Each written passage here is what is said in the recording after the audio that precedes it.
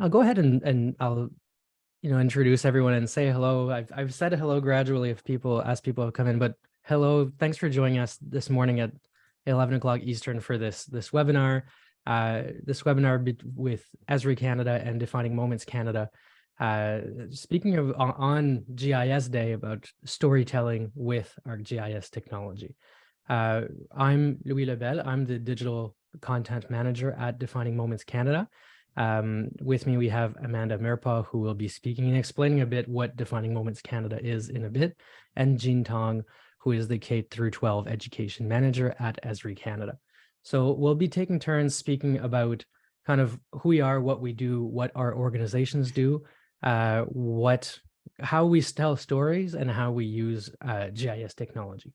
So I'll start by throwing to Amanda, who I've not introduced at all. I've said who I am in my title. I said who Jean is in her title, and I just said Amanda as well. So I think I'll let you take over this part, and you know yourself best. So tell us in 2 words or less who you are, or more. Oh my gosh, it's like one of those icebreaker exercises.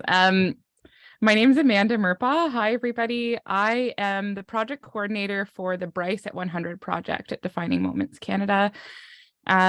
I also have almost a decade of classroom teaching experience in Ontario. I'm based in Toronto and originally from Ottawa, teaching in English and French immersion programs, mostly through grades 3 to 8, social studies, so history, geography, English, core French, those sorts of classes, and I'm super excited to be here today.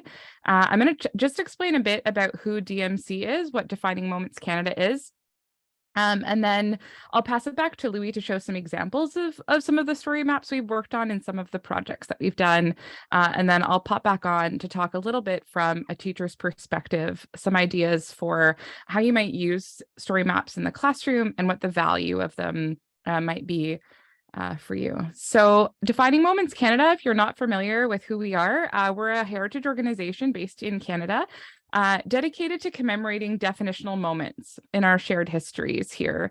And we're really focused on telling the micro histories, often about macro historical moments, right? Our first project was about the 1918 influenza pandemic that you might be familiar with, your students might be familiar with in passing. And we're really interested in telling micro stories about individuals and communities who experienced those moments and what those moments would have been like for them. We're a totally digital organization, so I'm sure at some point we will direct you to our website. Louis will show a lot of what's on our website. Everything can be accessed digitally and for free. We're really focused on interdisciplinary methods to learn and engage in inquiry learning in your classroom. And teachers and students are our main demographics, so we're really interested in bringing these tools and resources to you for your classrooms. As I said, our first project was about the 1918 influenza pandemic. Other projects we've done have been Juno Stories, VE Day 75, Insulin at 100, Herzberg 50. We're currently working on a project about Nobel Canadians, All for 9, which is a labor history project, and Bryce at 100, which is the project I'm coordinating about the work of Dr. Peter Bryce. A lot of these projects have had story maps associated with them, and I'm actually going to pass back to Louis, who's going to show you some of the maps before we talk about how you might use them in your classroom. Perfect. Thank you for introducing yourself and kind of what Defining Moments Canada does. I also am part of Defining Moments Canada, so I'm glad you've done that introduction, so now I can get a bit more into the matter. Before I do, I want to point a couple of things out, just kind of webinar things. I think we've done so many in the last few years that maybe it becomes natural, and I just do want to clear things up, not clear things up, but if you do have questions throughout the webinar, there is the Q&A functionality where you can ask a question and I can answer them as we go. Any questions also we can answer at the end of the presentations that we have. We'll be glad to kind of do a Q&A section, but do feel free to ask your question at any time and I'll table it and we'll talk about it later.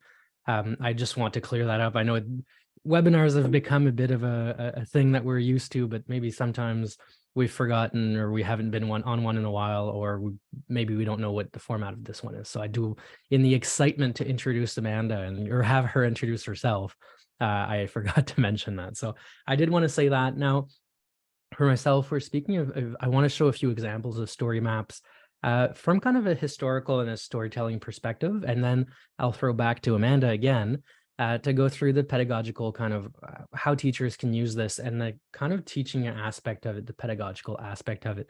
Now, there's a lot of projects that Defining Moments Canada has done, and I have been part of many of them. The few that I want to talk about two specific maps to show different types of story maps. We've done projects like VE Day 75 or Juno Stories, which focus on microhistories on the stories of people. And a specific map that has to do with that I would like to show, and I'll share my screen now, is a map from our Insulin 100 project. Now, this is not a microhistory in that we're not showing, a small history of the average person. I guess, if we talk about our VE Day map, we talk about the average soldier, and we see the life in the day of a soldier or a nurse or someone like that. I guess in a sense, this is the life in a day of an average person who discovered insulin. There's very few of those, and the one we're talking about in this map is Frederick Banting. Now, this map covers his whole story. I'm going quick just to get back to the top here. It covers the story of Frederick Banting through kind of this geographical perspective. We're seeing places that are important in his life. As you scroll down the story, the spots zoom in and zoom out and tell us exactly where it is. And this type of map is really interesting for our storytelling, because what it does is it allows us to talk about the story of insulin through the story of one person, how Banting's story may have affected his discovering insulin, how Banting discovering insulin affected him. And we see that through his story. So in this one, we're using a story map. We're looking, in this section, we're looking at the First World War. We're seeing where he was stationed. We're seeing photos in this map of letters of things that he wrote as a doctor on the field, things that really affected him. And as you're reading the story, the map shows you these kind of artifacts and these areas.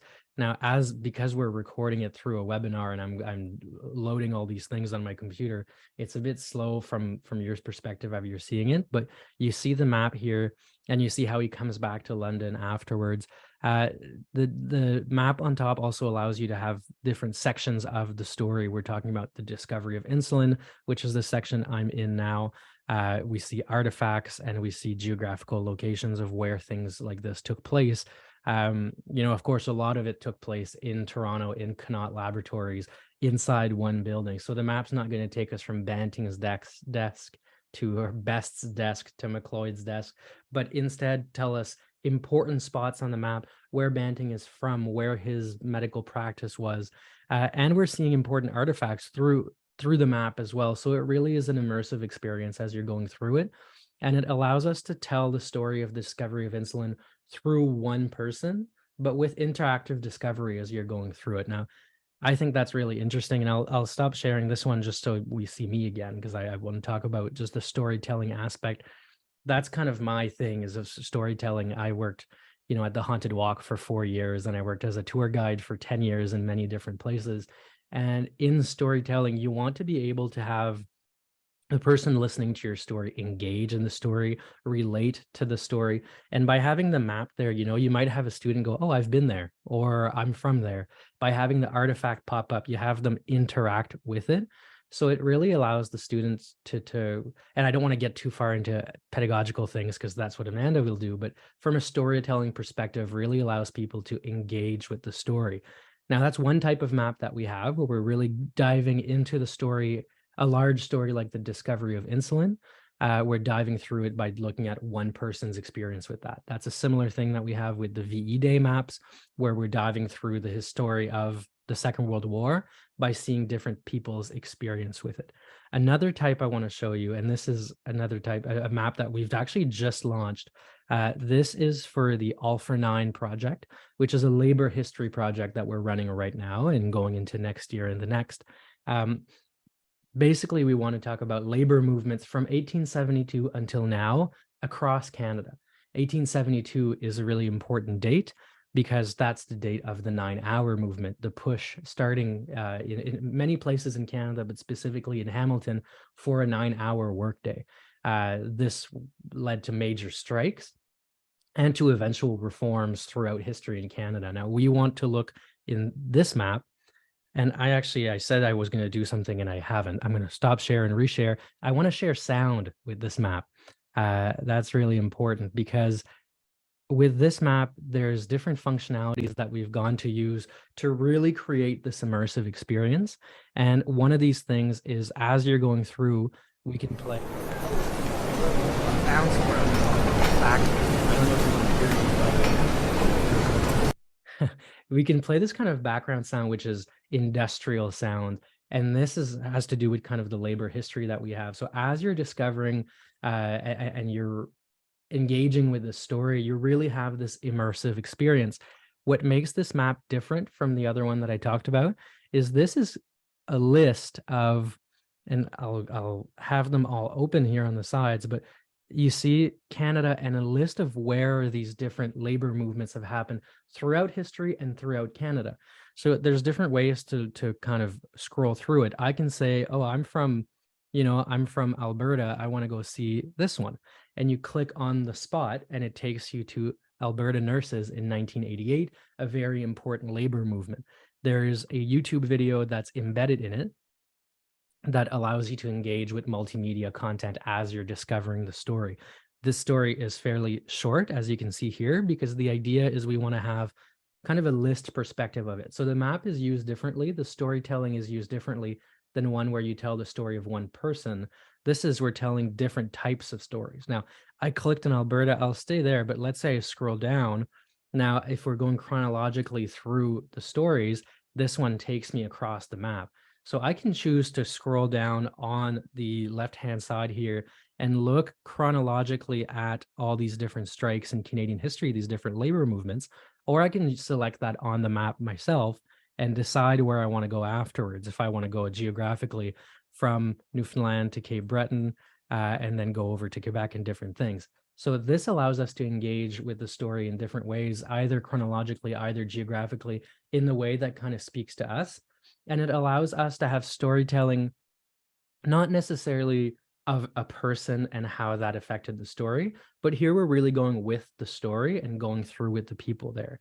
So these are different examples. And, I could be going through, we have story maps for all the projects, and Amanda listed the projects that Defining Moments Canada has. And we have, 8 projects to date. We're doing more. And story maps is something we want to integrate and to have in every single one of our projects. We work with Esri closely with every one of our projects to create these maps.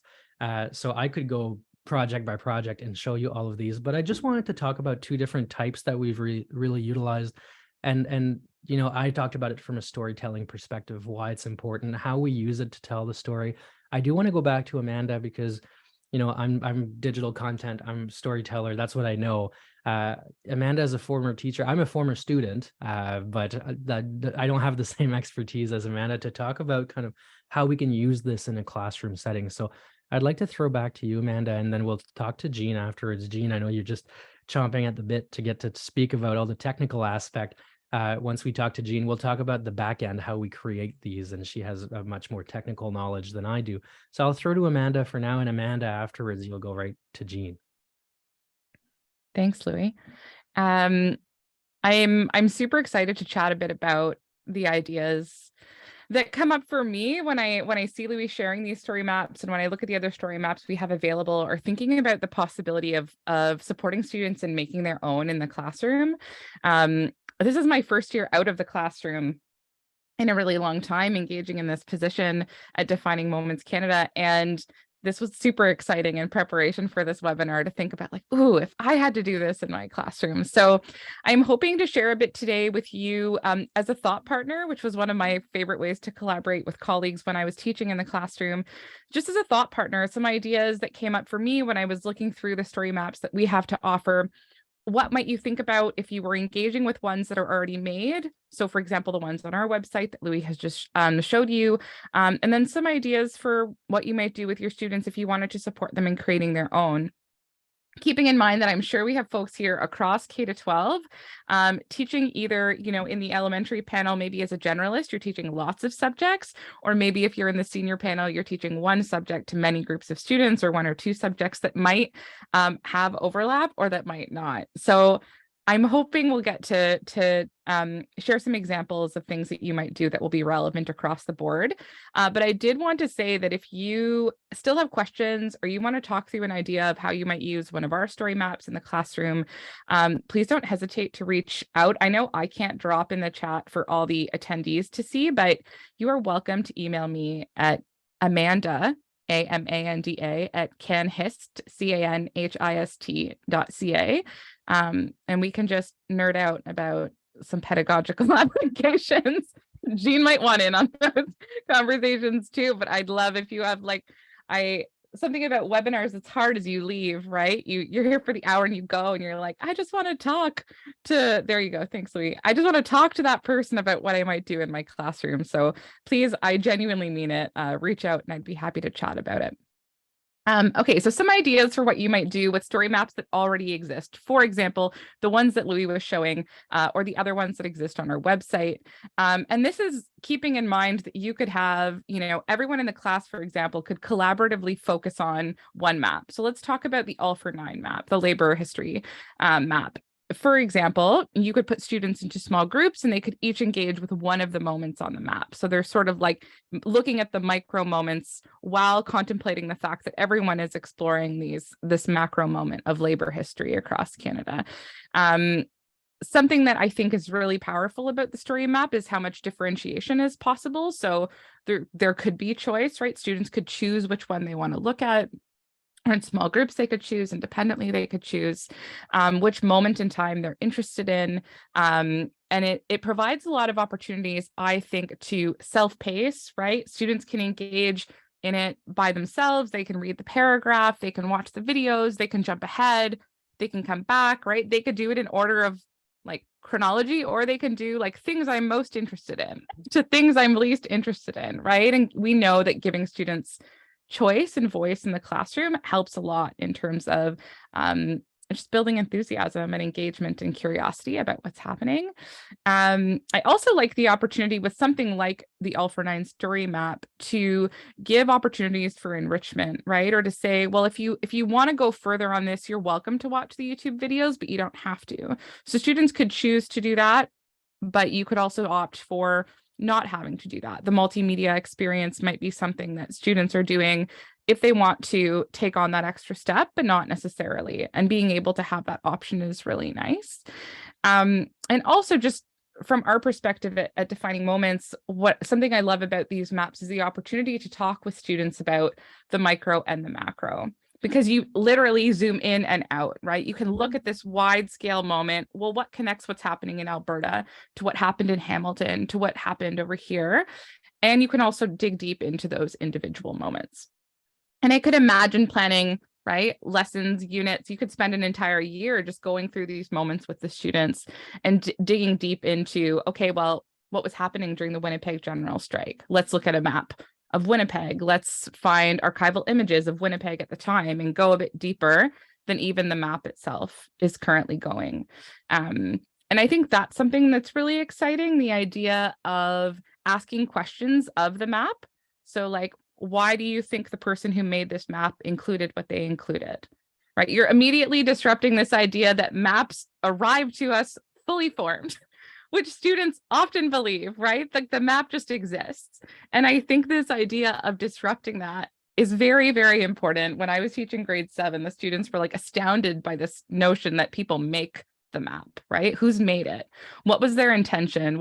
Who's the audience? And even if you're talking about us at Defining Moments, right? But then you can have a wider scale conversation about, well, how does Google make maps? How do they choose to show disputed boundaries between maps? Or why did they opt for that scale, that legend, right? Where you start having conversations about how a map is curated, right? How the elements of a map are chosen, which is modeling for students eventually, if you want them to make their own, how they might make those choices too.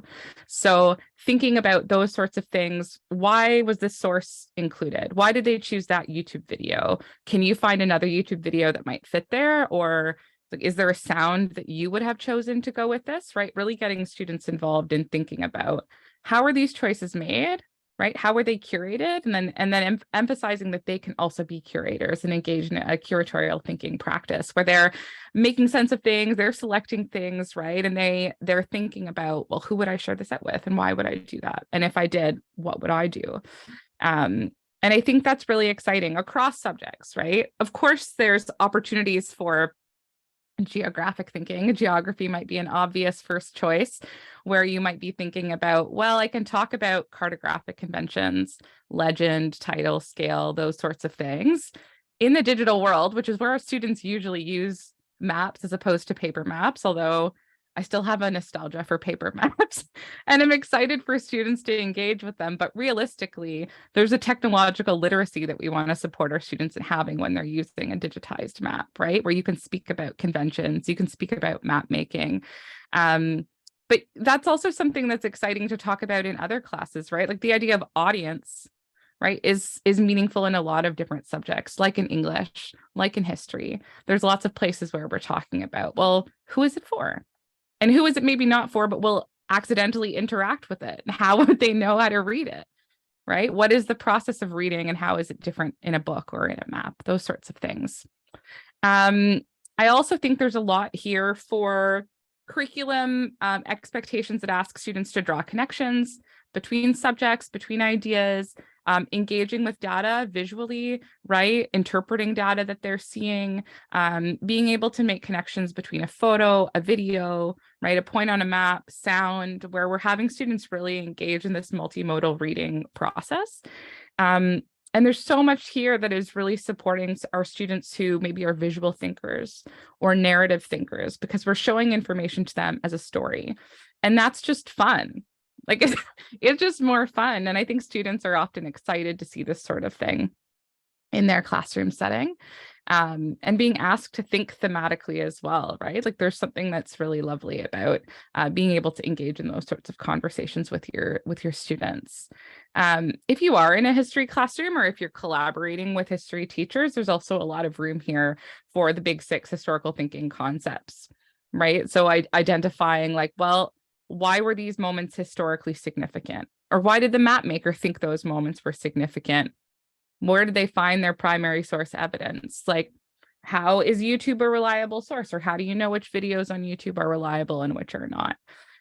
Which is a media literacy component as well, right? What I love about the story maps and being able to see all of these different micro moments on a larger scale as well is being able to think about similarities and differences and continuity and change over time.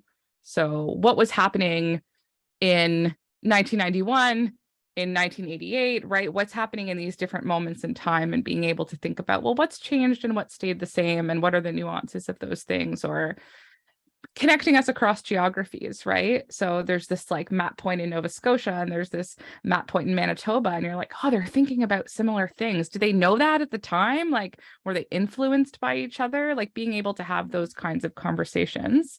And I think for students, being able to see that often helps. It can be really hard for students at any age to imagine what the country looks like. That's what I've found with my students. So having that visual reminder while you're talking about it, I think is really helpful. And of course, in this time of digital teaching, where I taught through the pandemic, which I know is still ongoing, but I am currently not teaching in it. But there was so much online learning that we did that had I been using these sources in my classroom, these story maps, I think the students would have been much more engaged than perhaps a Google Doc, right? Or a scan of a map would have had them thinking about. I think it would have been a more exciting for them. And it, for you as a teacher, also eases the burden of your planning when you can look at this and say, oh, something already exists. And there are lots of Esri story maps out there, in addition to the ones that we have. But I think that's all very exciting about taking in, learning the information. You're obviously engaging in the content, but beyond the content, there's all these really exciting skill sets. And then in terms of having students create their own, which I think is also really exciting, the possibility that a student might see this. And as soon as you start asking questions, my sense with students is they start to they're doing that kind of digging of oh, okay, so that person chose this. I would have chose this. I would have chosen this video. Why didn't they pick this picture, right? There's this sense that students immediately have a desire to have agency in creating something that they think is cool and figuring out how to do it. And I know Jean's going to show us just in a little bit what the back end of that actually looks like. And if you're terrified, don't be. Esri is so lovely and they'll support you through an experience like that. If you're like, how could I possibly teach my students how to make something like that? You can, and don't even worry about it. But I wanted to give a couple of examples of elements of learning skills and curriculum that I think would come up or that come up for me when I think about making story maps with students. And then a couple of examples of prompts of just things that you might try, or if you're thinking, I would love to do this, but I don't know what the students would map. First of all, I'd encourage you to ask them because I bet they have lots of ideas, but I'll share some ideas with you too. The first thought I had was that it's just fun.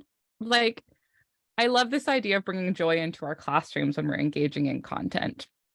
And I think that this is an example of something that's joyful for students, right? Where they get to tinker, they get to make something. And having our students make things, right? Actually, that application stage where they're doing something, there's that problem solving that's involved, that there tends to be more buy-in, I think.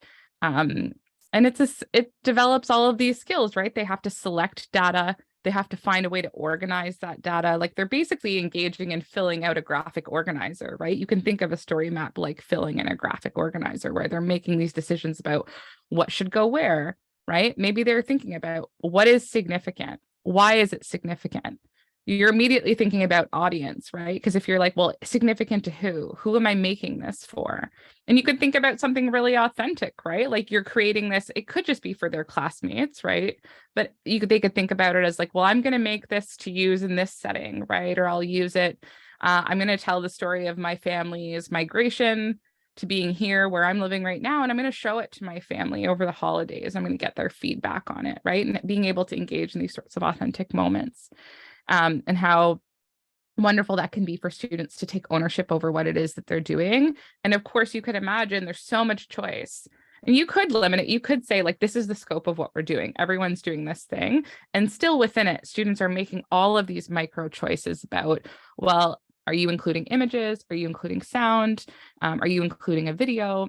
And doing those things is actually not as complicated as you might worry that it is. And students, I find, are always way more tech savvy than I am. And if I imagine myself doing something, I get scared. And then I'm like, no, the kids know, the students will know.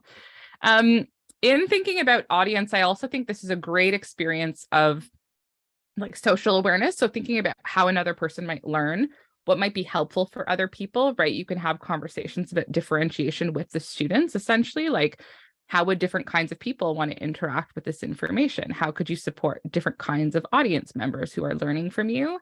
And then also metacognition, right? How would I learn best if I was engaging with this map? Why would I want a photo? I don't just want to see text. Well, why? Well, it helps me to see photos, or it piques my interest if I see a photo before I read the text.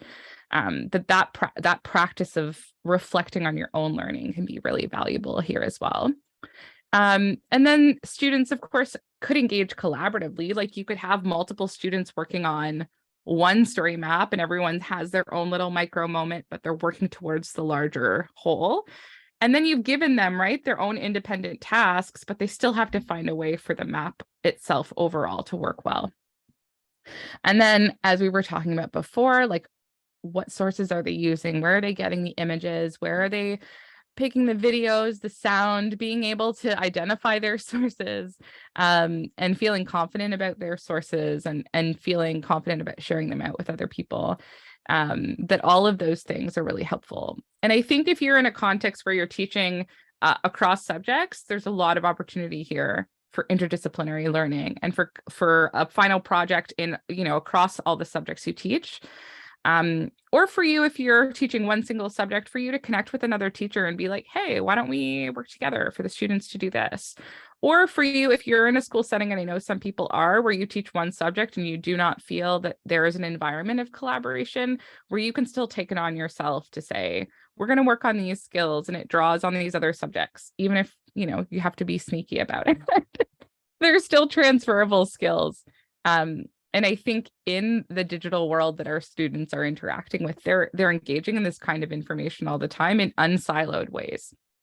So I think it's helpful for us to be able to support them in that. Okay, it's funny to talk and not hear anyone speak back, but I really appreciate it. I hope you're all like having a tea, having a coffee, that you're warm and cozy. I'm going to give some examples of some ways I thought about if I had to ask my students what kind of story map to generate themselves, what would I ask them? So often at the beginning of the year, we do like a getting to know you experience with our students, right? Building community by learning a little bit about who's in our room. They could tell a story about themselves by choosing places of significance. Maybe they're including photos for each of those places, songs that remind them of those places, and then they're teaching other people about who they are. You could do the same thing for family. Instead of, for example, if you're using like a family tree situation in your classroom, which I think it can be quite limiting, something like a map might expand our capacity to talk about all the diverse kinds of families that exist and all the places that those families might come from. Sort of like the insulin map, which I'm glad that we showed it, you can ask students to tell the story of an invention or a discovery or the development of something scientific, like the coronavirus vaccines, right? What are the stories of all the people who are working on vaccines at one time? And I think that really helps resist the idea of like the single brilliant scientist working alone in their lonely lab. Something like a story map, being able to tell all the micro stories, but also the macro story, would help students see like, oh, science happens across time, like they were working on this for so long, or look at all these different people across countries who are contributing and collaborating with one another. And it really helps, I think, bring the local to the global, and then the global back to the local, even in a subject, right? Like science, where you might think, well, what are we going to map? You might map something like court cases relating to treaties, right, and land rights here on Turtle Island. You could include Indigenous land names, links to different cases, those sorts of things, videos, photos. You could, in an English class, map a novel. So a novel like 15 Dogs, for example, by Andre Alexis. I don't know if folks have read that. Really good. Very Toronto. It's very, very geographically minded. There's lots of references to places in the city, and you could map, right? What are all the places where the dogs are going? It's a great book if you haven't read it. Or like map a character's journey, right? And I think that there are all kinds of interesting ways that a student might take that and run with it. You could make a historical map. We love a historical map at defining moments, mapping something like the development of rights, right? The development of women's rights, or like we've done, the rise of labor movements. Or you could map one person's life, which we also have engaged in those sorts of maps, where, for example, you could pick an author, like Gabrielle Roy, who I know we were recently talking about, Louis, and you could map the life of the author, right? And the movements of the author, but also all of the places that they've written about, and sort of have this constellation of that person's thinking and their work.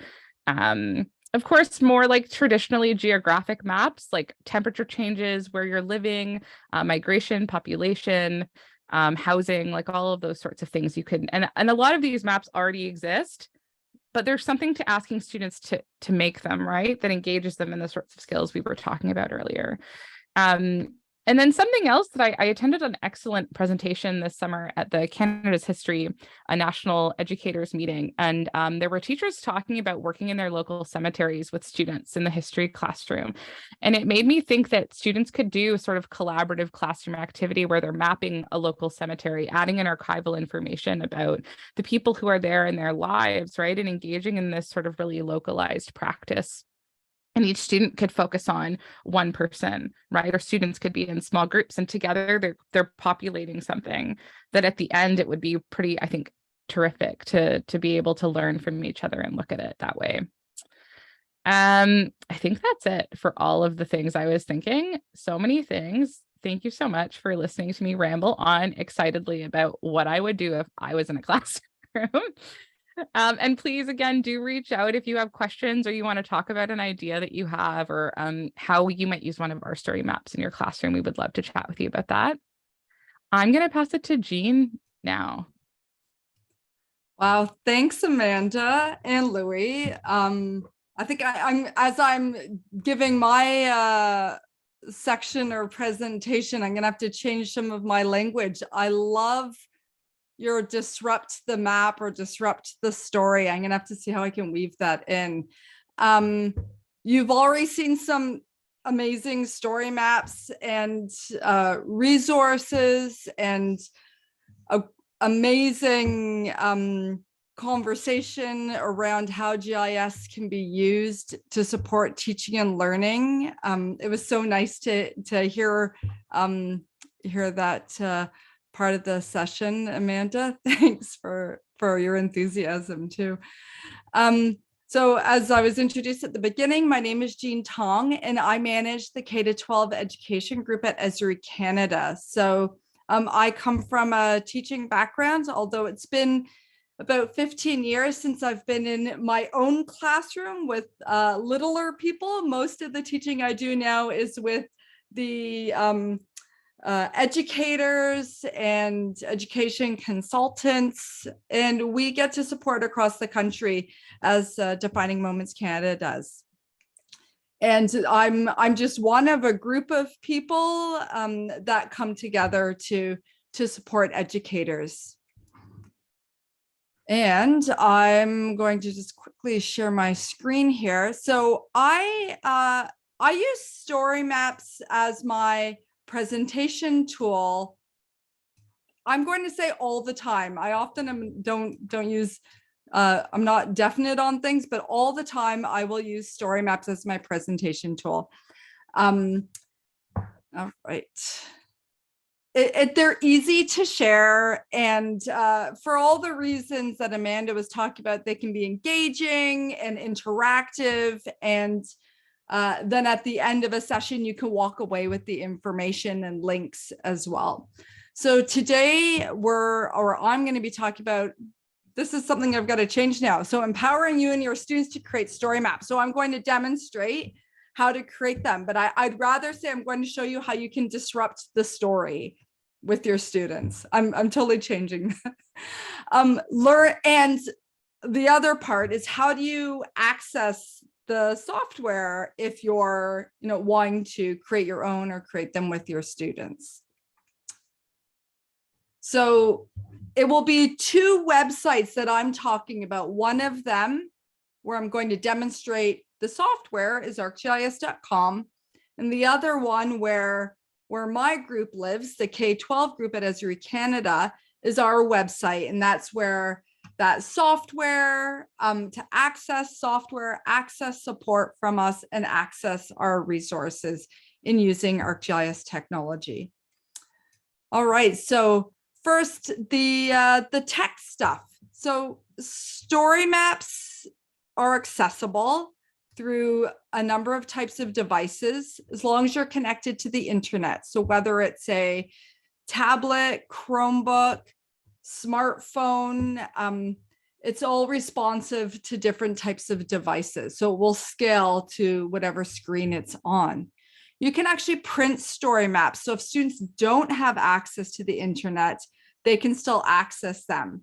And so I'll just show you with my story map here on the three dots, and you would see this on the Defining Moments Story Maps 2, print preview. And so this puts it into an interactive PDF, but of course, if you print it, it will not be interactive, but you will have all of the content and that to share with your students.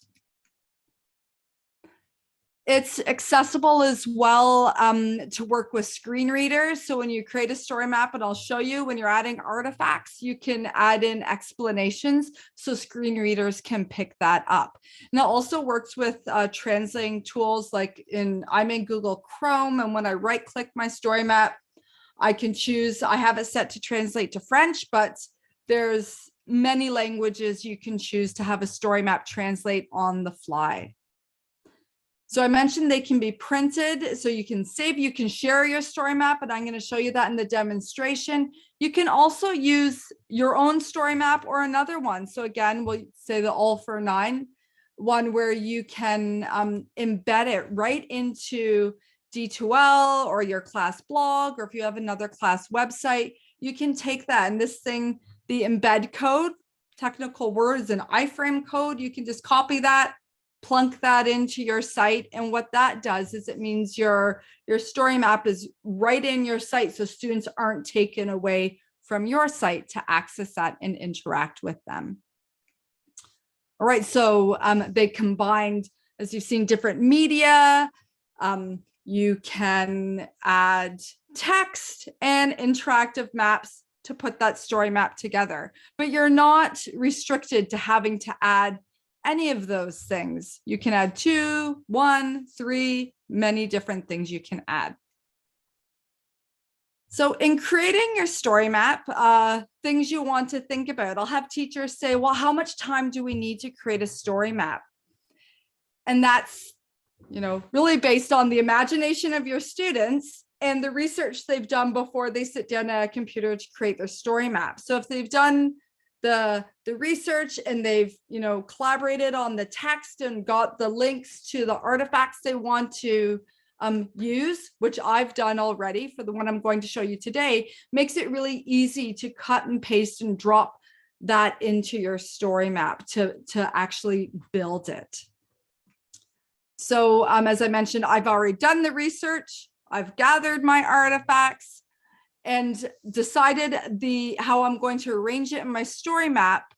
Now I'm going to put it all together for you and show how easy it is to build a story map. So we have a resource which is linked in this presentation, so you'll get a link to that.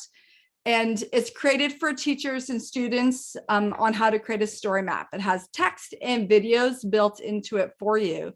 And so we've used it with a grade 5 class to work with them and workshop how to create a story map all the way up to educators. So first thing we need to do is actually sign into ArcGIS.com. So I'm just going to go and sign in here. And if you don't have an account, that's what we're going to talk about next. Once you're signed in, there's a waffle or app picker in the top corner here, and that's where you access apps like story maps. So once I've done that, I can see story maps I've already created, and I'm going to create a new one from scratch. They're simple to build. It's like a block builder if you've heard that term before. And I'm just going to start with my title slide. My work is automatically being saved, which is great. It's not viewable by others. It's private to me unless I choose to share it. I can add an image or video from my device for the title slide.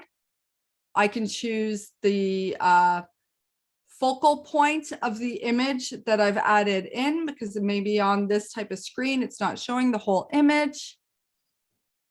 And it shows me how it looks on different devices. And I can add attribution right here and link to the source of my artifact. This is a really important, digital literacy for your students to make sure they're sourcing all of the artifacts they're using. So I'm going to continue building my story map by choosing a block to add. So I'm going to start with text. This is where you choose text or media. There are a number of different text options here. Since I've done my research, I'm just pasting in my story. I'm going to continue adding by using this plus button. So now I'm using a image gallery. I can add up to 12 images here. So these are ones I've already saved in my little research folder. I can, choose to delete one, reorder it. And I can always go back and edit this as well. So once I add it into my story map, I can actually change the size of the collage. And so it changes the layout as well. I'll continue building the story map by adding more text, this time as a heading. And a header in here.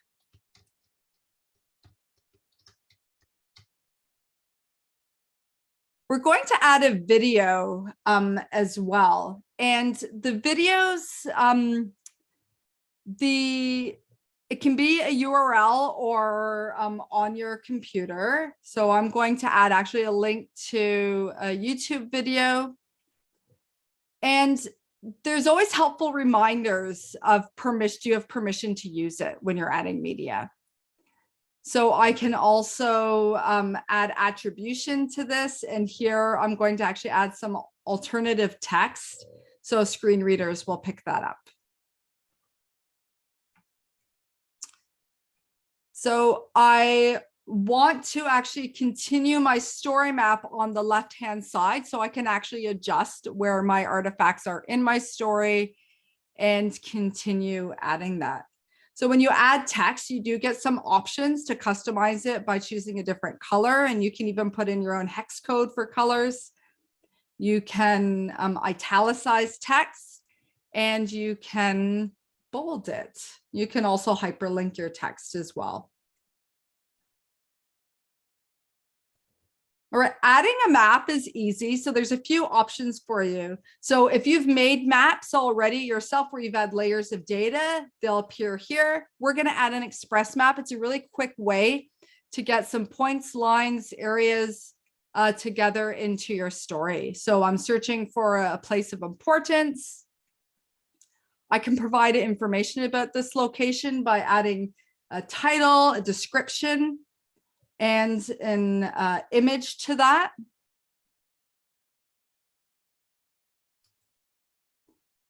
I can change the look of the pin out of the box here, and I'm going to click done. So as I mentioned, there's points, lines, polygons, lots of different things you can add. Arrows are a nice way to show movement on a map. Whether it's troop movement or, as we heard, your migrating story. This way I'm just showing movement from Winnipeg, and you can symbolize it different ways as well.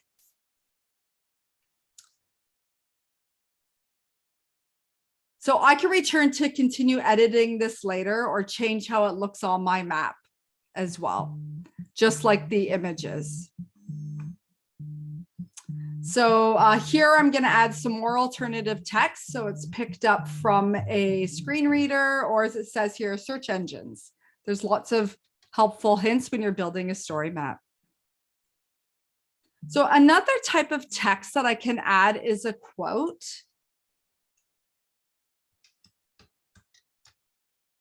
And I can actually customize this quote as well, like the other text. I'm going to bold this here. With each type of block you add, as I mentioned, there's helpful information. So it's a bit of a wizard while you're building it. I'm choosing to embed some live content. So a website that's interactive right in my story map. And you can choose how you display it, if you want the whole website there or show it as a smaller card. Let's preview the story map.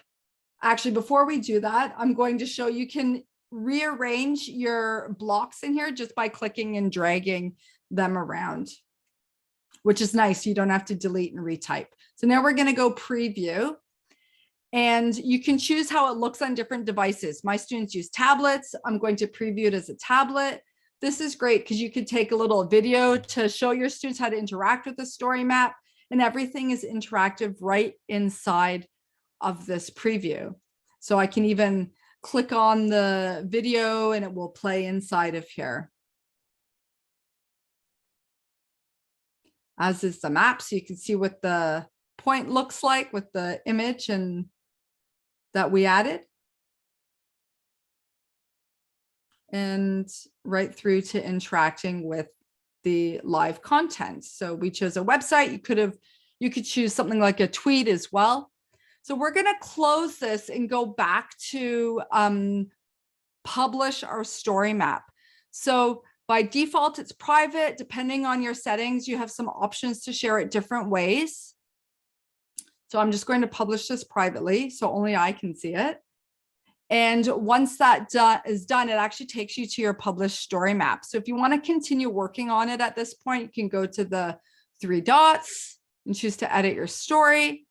If you're going to close your computer, take a break and work on it on another day, then when you log in, you go back to your waffle, back to story maps, and you'll see your new story map there. You can click on the options to edit. Duplicate is a nice option here as well, because it allows you to actually make a copy of your story map and, you know, customize it or edit it for students in different classes or with different, you know, we have lots of different types of learners in our classroom. So maybe there's different content you want to provide for them or to translate it. All right, so accessing the software, the support and the resources, it's all through our website. So when you want to create your own story map and save that, you need an account. It's free. It's free for teaching and learning for K to 12. So there's no cost to that. You probably already have access to it and you might not know. The support, again, is offered through our website and our resources. And I'll take you there for a quick moment so I can give you just a little tour. The big thing, signing up for your account and requesting your students' accounts. No personal information is required for students to have accounts. We just need the number from you as the educator that you're requesting. Teaching and learning resources. And as I mentioned, our support through our blog. We have an email teacher listserv. You can email us, contact us, and easy access to our social media. So your action, the action that I'm putting on you is to be inspired. You can go and explore other story maps that have been created through Defining Moments Canada, through some of our galleries. Request your account and have a try at creating your own story map with some of the examples Amanda shared. And here's an easy link to the tutorial that I referenced at the beginning as well. And I'm going to turn it back over to Amanda and Louis. All right, thank you, Jean. I think it's so interesting to hear the different kind of layers to it, the storytelling that I spoke about. Not that it's that interesting to hear me speak. It is, but I can't be the one saying it. But to have the storytelling aspect, the pedagogical aspect, and then to hear kind of how you do create it and how, you know, it's not that hard. There's all these functionalities in it. I think that's so good to kind of feature all these things and to see what story maps are good for. You know, I know, Amanda, you're saying you still like the physical maps. Obviously, I do as well. I've got the maps on my walls and stuff. And I think maps are such an interesting way to learn. And it's so exciting to see how the story maps technology that, you know, Esri is using and developing is allowing us to learn and to teach and to engage in all these different ways. So thank you, Esri, for allowing us to have this opportunity to present with you. And I say thank you, Esri, the organization, but also very specifically, thank you, Jean, for allowing us to speak with you and to present with you today. Thank you, Amanda, for kind of taking on that pedagogical side and showing us kind of how the sausage gets made of the teaching part of it. And thank you, everyone who showed up. We're going to, obviously, we've recorded the webinar. We'll be posting it on all our channels, so it's always going to be available if you want to come back to it to see anything Amanda or Jean said. Probably won't be coming back to see what I've said, but it's going to be there too. So we will be posting it. We're coming up just on time here. So I think we're just going to end it here, and I'll post it, and we'll be sending the link, and we'll be posting all the link. So thank you, everyone. I don't know, Jean or Amanda, if you have some final words you want to get in. No, I was going to say thank you. Happy GIS Day. There is another session this afternoon, I'll say, that my colleague will be joining Amanda and Louis for. But thank you as well. Going through your website and having multiple meetings with Defining Moments Canada over the years, has been good leading up to this point, but hearing the two of you speak today, it was really inspiring. So thank you for sharing that. I look forward to our partnership continuing. That's great. Yeah. And to everyone who's here, don't hesitate to reach out if you want to chat more about how to use our story maps in the classroom, or you just want to talk about ideas for how to use them in general. Thank you. Thank you, everyone, and happy GIS Day. Yes, bye.